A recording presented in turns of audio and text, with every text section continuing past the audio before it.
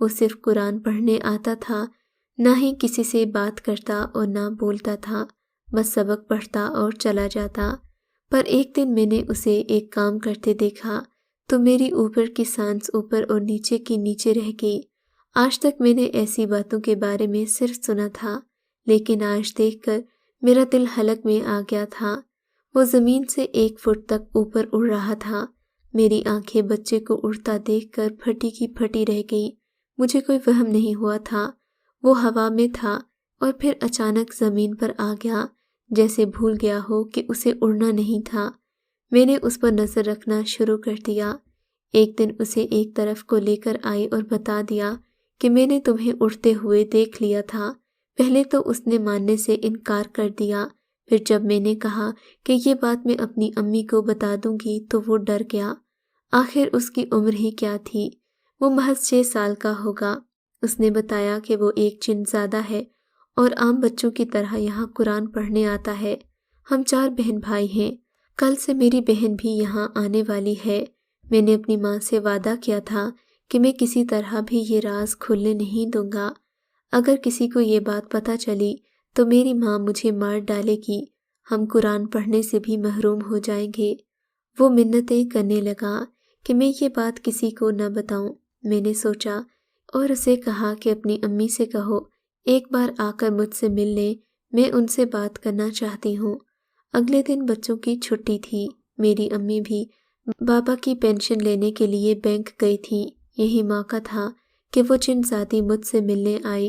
اس نے نقاب پہن رکھا تھا، پر معلوم ہو رہا تھا کہ وہ بے حد حسین تھی۔ میں نے اسے بتایا کہ میں اس کا راز جانتی ہوں، میں کسی کو کچھ نہیں بتاؤں گی، پر بدلے میں اس کو میری مدد کرنا ہوگی۔ اس نے پوچھا کیسی مدد؟ میں نے کہا مجھے کوئی ایسا عمل بتانا ہوگا جسے کرنے سے مجھے میری محبت مل جائے۔ اس کا کہنا تھا ایک ایسا عمل ہے تو صحیح، لیکن کسی کی مرضی کے خلاف ان سے اپنی مرضی کے کام کروانا غلط ہے، اور ایسے عمل بہت خطرناک اور غلط ہوتے ہیں۔ اگر تم کامیاب ہو گئی تو تمہیں سب کچھ مل جائے گا، اگر ناکام ہوئی تو اس دنیا کے لیے نشان عبرت بن جاؤ گی، ایسی سزا ملے گی کہ دنیا تمہارا تماشا دیکھے گی۔ وہ مجھے آگاہ کر رہی تھی پر مجھے کوئی پرواہ نہیں تھی، میں کچھ بھی کرنے کو تیار تھی۔ اس نے مجھے ایک عمل کا بتایا جو مجھے 30 دن تک کرنا تھا۔ اس نے کہا کہ اس راہ سے واپسی کا کوئی راستہ نہیں ہے۔ میں نے کہا مجھے واپس آنا بھی نہیں۔ اسی رات سے وہ عمل شروع کر دیا۔ 30 دن تک نہ ہی مجھے چینی کھانی تھی اور نہ ہی نمک۔ ان دونوں چیزوں کا ایک بھی دانہ مجھے اپنے حلق میں نہیں اتارنا تھا۔ اس کے علاوہ مجھے 30 دن تک نہانا نہیں تھا، کسی کو اس سب کے بارے میں نہیں بتانا تھا۔ اس نے کہا تھا کہ مجھے برے برے خواب آئیں گے، لیکن مجھے نماز نہیں پڑھنی ہوگی، رات کو زمین پر سونا تھا اور ایک منتر پڑھنا تھا۔ مجھے ڈر لگتا تھا، اور اس عمل کی آخری رات میرے ساتھ جو کچھ بھی ہوتا مجھے اس سب کو برداشت کرنا تھا۔ میرے لیے یہ سب کچھ بہت مشکل تھا، پر میں نے یہ کیا۔ مجھے اپنی ماں سے بھی بہت سارے جھوٹ بولنا پڑے تھے کہ میں ڈائٹنگ پر ہوں، نماز کے بارے میں جھوٹ بول دیتی کہ ہاں پڑھ لی ہے۔ میں نے اپنے لیے مہنگے پرفیومز بھی خریدے تاکہ اپنے بدن سے آنے والی بدبو کو ختم کر سکوں۔ راتوں کو اتنے برے خواب آتے کہ میں چلاتے ہوئے جاگ جاتی اور اپنے منہ پر کپڑا باندھ کر سوتی تاکہ اگر میں نیند میں چلا کر اٹھوں تو میری آواز ماں کے کانوں تک نہ پہنچے۔ میں نے یہ ساری تکلیف کاٹی تھی، لیکن مجھے اپنے وجود سے گندی بدبو آنے لگی تھی۔ میری شکل بگڑتی جا رہی تھی، وزن کم ہو رہا تھا۔ آخر اس عمل کا آخری دن آ گیا۔ میں اس روز کی طرح منتر پڑھنے لگی کہ میری آنکھ کھل گئی۔ میں نے اب تک کا سب سے خوفناک خواب دیکھا تھا۔ یہ خواب دیکھتے ہی میری چیخیں نکل گئی تھیں۔ میں جن خوفناک چہروں کو دیکھ رہی تھی وہ سبھی میرے آس پاس بیٹھے تھے۔ میرا دل ایسے دھڑک رہا تھا جیسے آج آخری بار دھڑک رہا ہو۔ میرا وجود پسینے سے شرابور تھا، میں کانپ رہی تھی۔ یہ خواب نہیں تھا، وہ سب واقعی میں وہاں موجود تھے۔ وہ میری طرف بڑھنے لگے، میں بہت ڈر گئی تھی۔ میں نے اپنی آنکھوں پر ہاتھ رکھ لیا اور کہا اے اللہ مجھے بچا لے۔ پھر وہ ساری صورتیں پڑھنے لگی جو مجھے آتی تھیں، کچھ دیر کے بعد کمرے میں سکون ہو گیا، وہاں کوئی نہیں تھا۔ میں خوش تھی کہ میں نے عمل پورا کر لیا ہے۔ اگلے ہی ہفتے میری پھپھو میرے گھر آئیں اور باتوں باتوں میں میری ماں سے میرے کزن کے رشتے کی بات کرنے لگی۔ میں تو خوشی سے نہال ہو گئی، مجھے یقین نہیں آ رہا تھا کہ یہ سب کچھ واقعی ہو رہا تھا۔ میری ماں نے انکار کہاں کرنا تھا۔ ہمارے رشتے کی باتیں شروع ہوئیں، پھر تیاریاں ہونے لگیں۔ اس سب پر میں بہت حیران ہوتی رہی اور میں اپنے کزن حمید کے نکاح میں آ گئی۔ اپنے کمرے میں دلہن بنی بیٹھی تھی، خود پر رشک کر رہی تھی، اپنی عقل اور برداشت کو سلام پیش کر رہی تھی کہ میں نے جو چاہا وہ حاصل کر لیا۔ دنیا میں لوگ یوں ہی مجنوں بن جاتے ہیں، جبکہ محبت پانا اتنا بھی مشکل کام نہیں۔ لیکن پھر میں نے کچھ ایسا دیکھا جس نے مجھے بے چین کر دیا۔ میں اٹھ کر غسل خانے کی طرف بھاگی اور خود کو آئینے میں دیکھنے لگی۔ مجھے اپنی اسی جنزادی کی بات یاد آ گئی۔ اس نے مجھے کہا تھا، تم جو کرنا چاہتی ہو وہ غلط ہے، اور غلط کاموں میں اللہ مدد نہیں کرتا۔ اللہ سے مدد مانگنے سے بھی اللہ کی مدد نہیں ملتی۔ آخری رات تمہارے ساتھ جو بھی ہوگا اسے برداشت کرنا ہوگا، ڈرنا نہیں، بھاگنے کا تو سوچنا بھی نہیں۔ جو ہو رہا ہوگا اسے ہونے دینا۔ کیا مجھ سے غلطی ہو گئی تھی؟ پر میرے ساتھ جو ہوا تھا وہ میں کسی کو بتا بھی تو نہیں سکتی تھی۔ میرا عذاب شروع ہو گیا تھا۔ میری بیوی نے اپنی بات کی اور رونے لگی۔ میں نے اسے تسلی دی اور مفتی کریم صاحب سے کہا کہ آگے کی کہانی ضرور سناؤں گا۔ اب میں نے بولنا شروع کر دیا۔ میں صفورہ کو پا کر بہت خوش تھا، دل میں کوئی ملال نہیں تھا۔ یہ میرے خوابوں کی ہم سفر تھی، پر شادی کی رات اس کا رویہ کچھ عجیب سا تھا۔ ہر رات کسی برے خواب سے ڈر جاتی۔ میری ماں کہتی کہ اسے کسی کی بری نظر لگ گئی ہے۔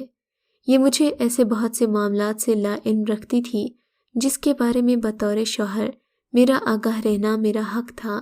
صفورہ کو اولاد کی خوشخبری ملی تو ہم بہت خوش ہوئے، لیکن 2 ماہ کے بعد ہی وہ امید کھو گئی۔ پر ہمیں اللہ کی رحمت پر یقین تھا، وہ مجھ سے اپنی کوئی بات نہیں کرتی تھی۔ میں اس قدر پریشان تھا کہ میری بیوی مجھ سے اتنا دور دور کیوں رہنے لگی ہے۔ ہم دونوں ایک ہی کمرے میں اجنبیوں کی طرح رہنے لگے۔ وہ صرف مجھ سے ہی نہیں، سب سے دور بھاگتی، ہر وقت کھوئی کھوئی رہتی تھی۔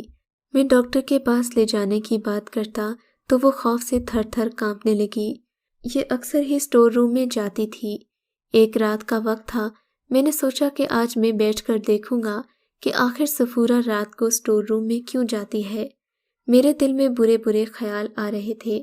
میں اپنی بیوی پر اب شک کرنے لگا تھا، اس کے بارے میں عجیب اور گھٹیا باتیں سوچنے لگا۔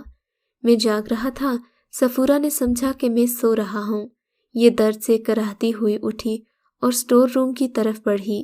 وہاں اس نے لائٹ آن کی اور ایک کونے میں بیٹھ گئی۔ پھر اس نے ایک 6 انچ کی سوئی اپنے بازو سے نکالی اور ایک طرف رکھ دی۔ یہ درد کی شدت سے رونے لگی۔ اب مجھ سے رہا نہیں گیا۔ میں آگے بڑھا اور اس کو دیکھ کر حیران رہ گیا۔ اس کے بازو، ٹانگیں، گردن، سب پر ایسے زخموں کے نشان تھے جیسے اس نے ان ساری جگہوں سے سوئیاں نکالی تھیں۔ اسی دن صفورہ نے مجھے سب بتایا تھا۔ میں بھی رونے لگا اور صفورہ بھی۔ آج اس بات کو 3 سال ہو گئے ہیں۔ روز اس کے جسم سے سوئیاں نکلتی ہیں۔ مجھ سے اس کی اذیت دیکھی نہیں جاتی۔ میں اسے کہاں کہاں لے کر نہیں گیا، پر شفا نہیں ملی۔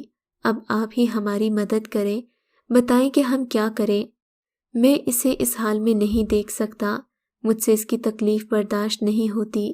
اس نے کئی بار مرنے کی کوشش کی ہے، پر اسے موت نہیں آتی۔ مفتی صاحب نے ہماری ساری بات آرام سے سنی اور پھر کہنا شروع کیا، تمہاری بیوی نے غلط کام کیا، اپنی من پسند خواہش کو حاصل کرنے کے لیے ایک غلط راستے کا استعمال کیا۔ اس عمل کی آخری رات اس نے اللہ سے مدد مانگی۔ یہ خود بھی خوفزدہ ہوئی تھی، اس نے صورتیں بھی پڑھیں۔ اس عمل کے مطابق اسے یہ سب نہیں کرنا تھا، اور جیسا کہ اس جنزادی نے کہا تھا، اب یہ عبرت کا نشان ہے، اسے صرف اللہ معاف کر سکتا ہے، دنیا کا کوئی شخص اس کی مدد نہیں کر سکتا۔ اسے جو سزا ملی ہے وہ بھگتنا ہوگی۔ میں تمہاری بیوی کے لیے دعا کروں گا، اب یہی ہو سکتا ہے۔ انسان بہت عجیب ہے، اپنی قسمت پانے کے لیے اللہ سے ضد لگا لیتا ہے، پھر اس کا انجام یہی ہوتا ہے۔ مفتی صاحب نے کہا اور ہمارے لیے دعا کی۔ میں کافی عرصے سے پیسے جمع کر رہا تھا۔ میں صفورہ کو حج پر لے گیا کیونکہ اب وہی ایک جگہ تھی جہاں صفورہ کو ہدایت اور شفا مل سکتی تھی۔ وہاں پہنچتے ہی وہ زمین پر گری اور پھوٹ پھوٹ کر رونے لگی۔ اس پاک سرزمین کا کوئی ایسا حصہ نہیں تھا جس پر سر رکھ کر ہم نے آنسو نہ بہائے ہوں۔ ہم وہاں سے بہت امید لے کر لوٹے تھے اور وہاں سے آنے کے 3 دن بعد صفورہ کے جسم سے کوئی سوئی نہیں نکلی۔ ہم خوش تھے کہ شاید اللہ نے اسے معاف کر دیا تھا، پر 3 دن کے بعد جب وہ رات کو سوئی تو صبح اس کی آنکھ نہیں کھلی۔ میں اس دن بہت اداس تھا، رنجیدہ تھا، پر شاید میری بیوی کو سکون مل گیا تھا۔ اگر آپ کو یہ کہانی اچھی لگی ہے تو اس ویڈیو کو لائک کیجیے اور اس طرح کی مزید ویڈیوز دیکھنے کے لیے ہمارے چینل کو سبسکرائب کیجیے۔ اور ہاں، اگر آپ کی کسی دوست، رشتہ دار یا بہن کے ساتھ خدا نہ کرے ایسا کوئی واقعہ پیش آیا ہے تو ہمیں کامنٹ سیکشن میں اس کے بارے میں ضرور بتائیے۔